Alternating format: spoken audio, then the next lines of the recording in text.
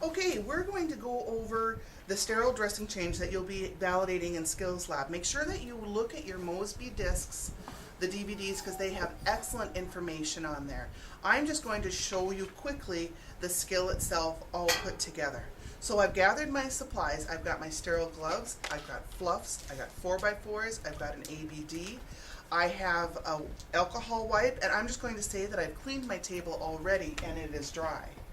I've got my culturettes, I've got cotton tipped applicators, you need a measuring guide, normal saline, because that's what my physician ordered, and clean gloves. So the first thing I want to do is open up my supplies.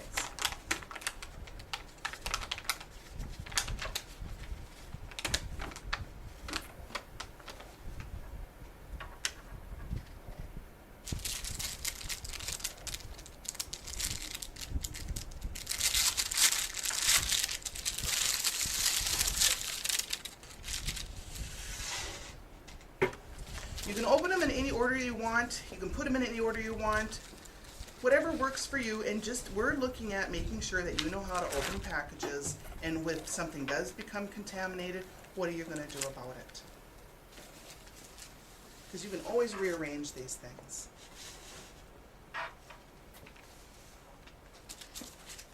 These in here.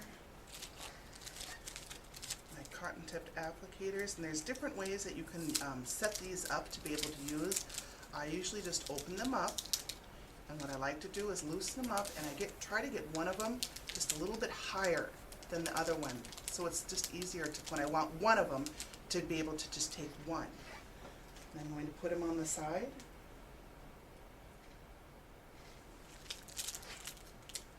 Because they're still over the sterile portion, so they still have a sterile feel. And I'll get my culturette ready. The one thing that will help you, I don't want to close that, is that anytime any of your supplies have the plastic bucket, so to speak, underneath, put that downward, because then your things won't roll. Okay, I think what I might do is get my sterile saline, and this has been opened, so I checked the date, and it's been within 24 hours, so it's okay. And I know it's sterile saline because I've checked my physician's orders already, so I know exactly what he wants.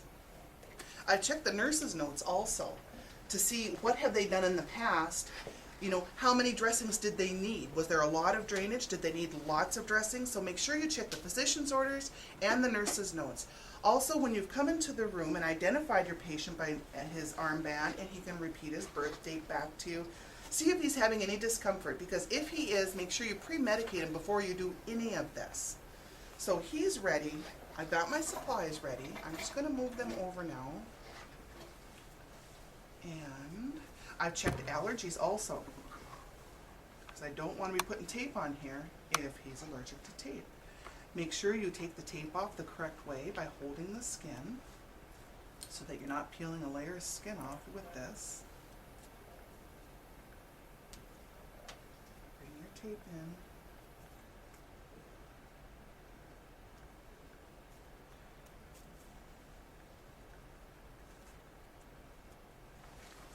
Now I'm going to put just my clean gloves on, and I also have my biohazard bag ready to go here.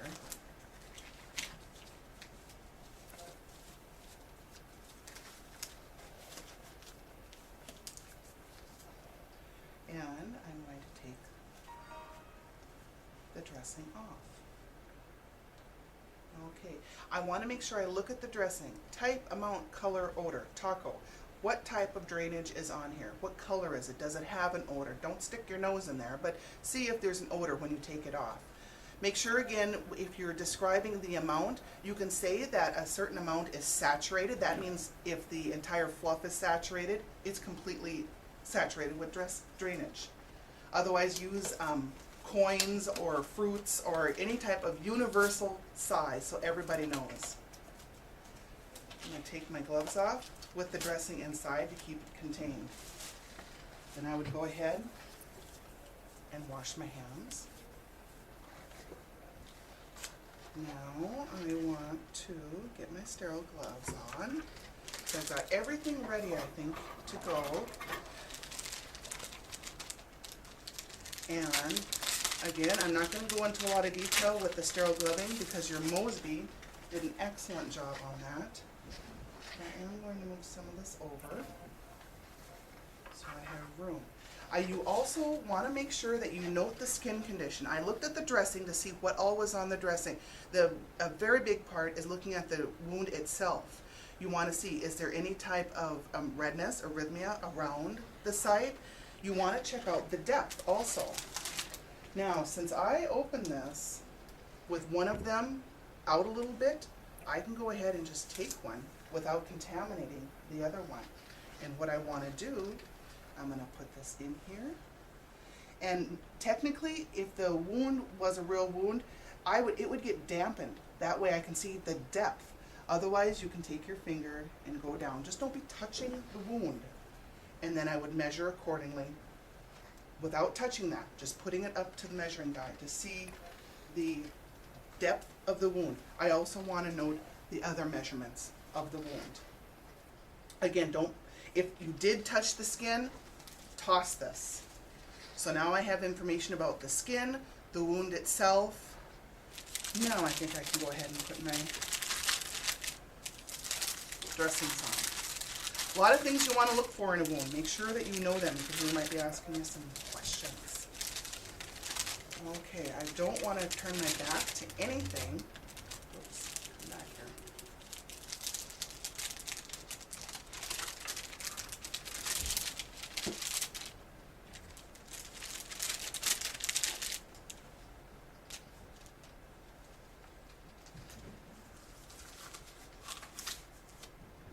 Adjust it once. Touch this anywhere.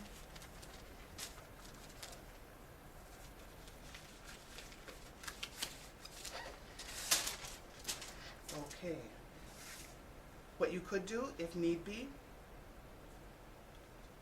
is take one of these and you could go down and wipe. Toss it. Take another one. Bring it out. Go down the side. Wipe. While that's drying, I'm going to go ahead and get this next part ready.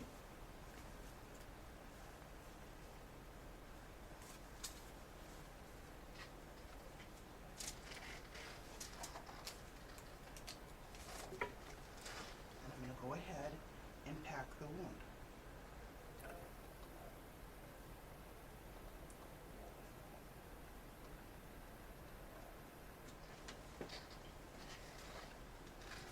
Take my 2x2s, separate them, and my ABD.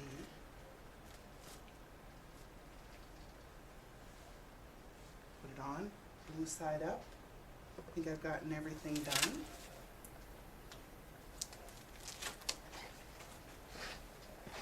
Take my tape and secure it. The one thing I didn't incorporate with this because of the time constraints is the culture.